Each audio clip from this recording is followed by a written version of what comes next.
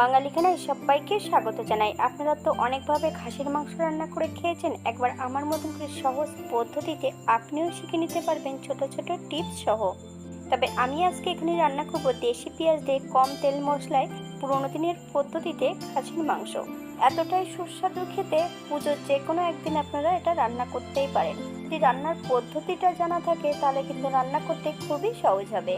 তবে আমি আজকে এখানে কিভাবে দেশি পেঁয়াজ দিয়ে পুরোনো দিনের পদ্ধতিতে খাসির মাংস রান্না করলাম, চলুন সেটা একবার দেখে নেওয়া যাক ভিডিওর মাধ্যমে।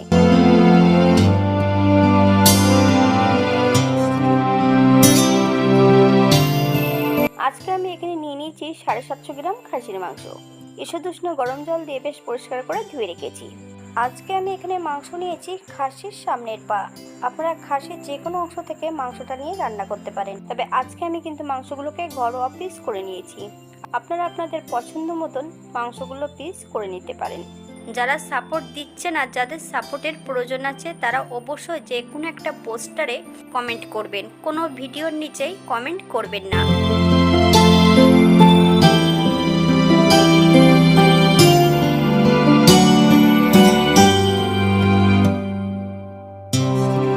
মাংস গায়ে কিন্তু আমি কিছুই লাগিয়ে নিইনি, শুধু মাংসগুলোকে ধুয়ে রেখেছি।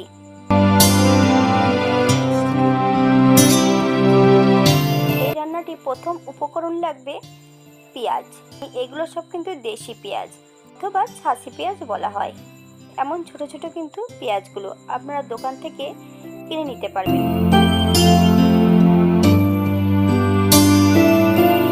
এই পেঁয়াজগুলো কাটার সময় অনেক সময় চোখ জ্বালা করতে পারে। একটু ঠান্ডা জলে পেঁয়াজগুলোকে ভিজিয়ে রেখে দিতে হবে। তারপর পেঁয়াজগুলো বেশ ছোট ছোট টুকরো করে কেটে নিতে হবে। বেশ কিছু সময় ঠান্ডা জলে ভিজিয়ে রেখে দিলে চোখ জ্বালা করবে না। পেঁয়াজগুলো ছোট ছোট টুকরো করে নেব। পেঁয়াজগুলো একদম মিহি করে কেটে নেব না। আমি কেমনভাবে পেঁয়াজগুলো কেটেছি একবার স্ক্রিনে দেখে নিন। মিডিয়াম সাইজের একটা রসুন 80% বেটে নিয়েছি। তবে রসুনটা বেটেছিলাম লঙ্কা বাটার পর, তার জন্য রসুনটা একটু লালচে কালার হয়েছে। এই পর্যায়ে অ্যাড করবো বেশ কিছুটা বাটা মশলা, আদা, জিরে, ধনে, শুকনো লঙ্কা। তবে আপনাদের আমি পরিমাণটা বলে দিচ্ছি, 6 চামচ এখানে রাখা আছে, তবে লঙ্কার পরিমাণটা আমি একটু বেশি রেখেছি। স্বাদ অনুসারে নুনটা অ্যাড করবেন। 1 চামচ হলুদ গুঁড়ো, আপনারা পরিমাণ মতন হলুদ গুঁড়োটা অ্যাড করবেন। 700 গ্রাম মাংসের জন্য 1.5 চামচ বাটার। এই রান্নাটিতে কিন্তু বাটার দিতেই হবে। এবার সব উপকরণ একত্রে করে মাংসের সঙ্গে বেশ ভালো করে মাখিয়ে নিতে হবে।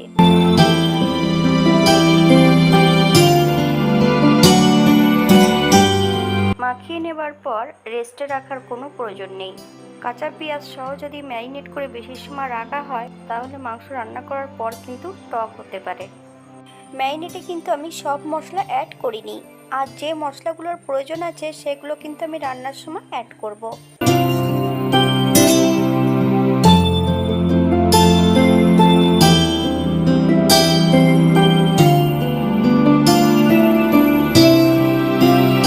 আজকে রান্না করব লোয়ার কড়াইতে।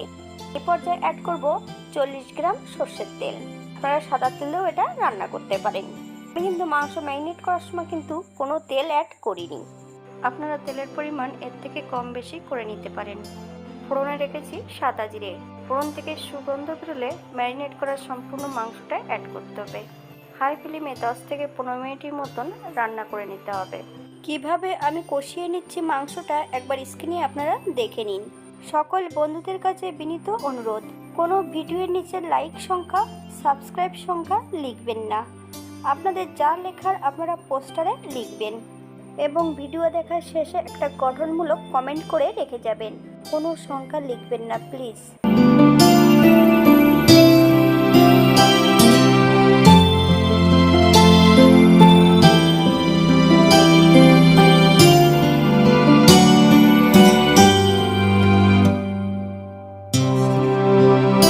প্রথমে কিন্তু হাই ফ্লেমে যখনই কষাবেন তখন কিন্তু মাংসটা কন্টিনিউ নেড়ে নিতে হবে। মাংস থেকে নিজস্ব জল ছাড়তে শুরু করেছে। এই পর্যায়ে আমি মিডিয়াম আছে 10 থেকে 15 মিনিটের জন্য ঢাকা দিয়ে রেখে দেবো। তবে শুধু ঢাকা দিয়ে রাখলে কিন্তু হবে না, মাঝে মাঝে ঢাকা খুলে নেড়ে নিতে হবে।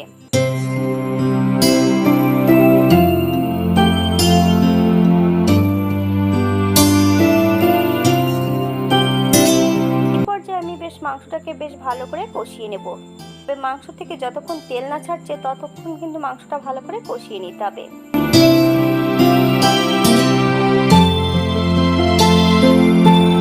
আবারও আমি ঢাকা দিয়ে দেবো 15 মিনিটের জন্য। তবে শুধু ঢাকা দিয়ে দিলে হবে না, মাঝে মাঝে কিন্তু ঢাকা খুলে নেড়ে চেড়ে দিতে হবে, নইলে কড়াইয়ের নিচটাতে লেগে যেতে পারে। আমি মাংসগুলো কিভাবে কষিয়ে নিচ্ছি সেটা একবার স্ক্রিনে আপনারা দেখে নিন। আমি কিন্তু মাংস কষাচ্ছি মিডিয়াম আঁচে।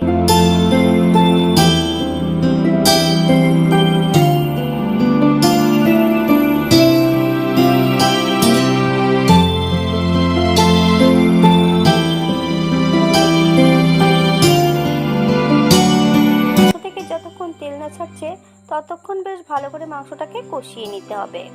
একবার স্ক্রিনের দিকে ফলো করুন আমি মাংসটা কিভাবে কষাচ্ছি।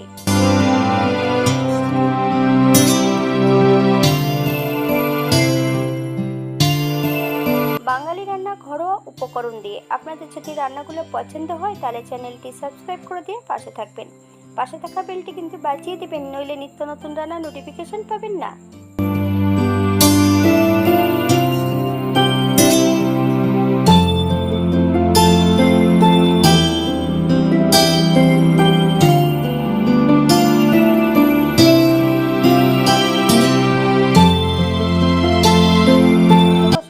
পর্যায়ে মাংস থেকে তেল ছেড়ে দিয়েছে।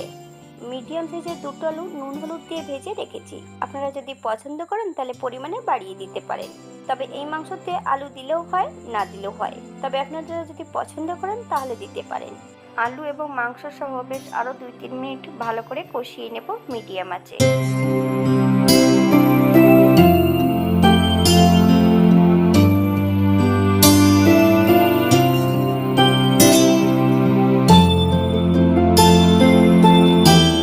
কষানোর এই পর্যায়ে 2 কাপ জল অ্যাড করব। আপনাদের যতটা গ্রেভির প্রয়োজন আপনারা ততটা জল অ্যাড করতে পারেন। তবে এই পর্যায়ে কিন্তু আমার জলটা বেশি লাগবে, কারণ আমি সম্পূর্ণ মাংসটা কড়াইতেই রান্না করব। প্রথমে আমি হাই ফ্লেমে 5 মিনিট রান্না করে নেব। 20 থেকে 25 মিনিটের মতন মিডিয়াম আঁচে আর লো ফ্লেমে রান্না করে নিতে হবে।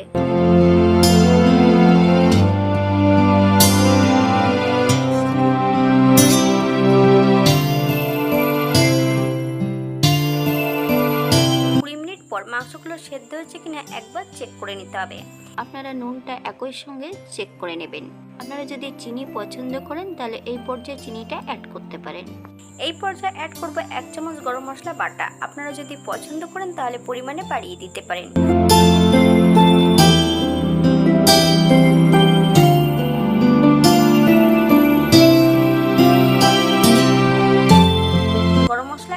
পর 2 থেকে 3 মিনিটের মতন বেশ মিডিয়াম আঁচে ভালো করে রান্না করে নিতে হবে।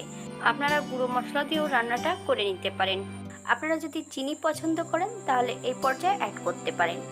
এই পর্যায়ে আমি গ্যাসের ফ্লেমটা অফ করে দিয়ে 5 মিনিটের জন্য স্ট্যান্ডিং টাইম দেব, তারপর সার্ভ করব। আমি কিন্তু মাংস থেকে অনেকক্ষণ আগে আলুগুলো তুলে নিয়েছি। আপনারা অনেকক্ষণ ভাবছেন যে মাংস থেকে কিন্তু আলুটা কি হলো। আলুটা কিন্তু আমি সবার প্রথমেই সেদ্ধ হয়ে গেছে, তুলে নিয়েছি। মাংসের ভেতরে অনেকক্ষণ যদি আলু দিয়ে রাখা হয়, এখনকার আলুগুলো মিষ্টি হয়, তবে মাংসটা কিন্তু মিষ্টি হয়ে যাবে। তাই আলুগুলো সেদ্ধ হওয়ার সঙ্গে সঙ্গে মাংস থেকে আলুগুলো তুলে নিতে হবে। টক দই, কাজু বাদাম, চালমগজ এগুলো যদি আপনারা পছন্দ করেন তাহলে অ্যাড করতে পারেন।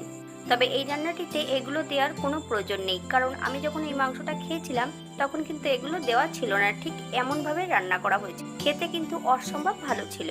আপনারা বাড়িতে একই পদ্ধতিতে একদিন তৈরি করবেন। হাতে যদি সময় থাকে তাহলে একটা লাইক, কমেন্ট, শেয়ার করবেন।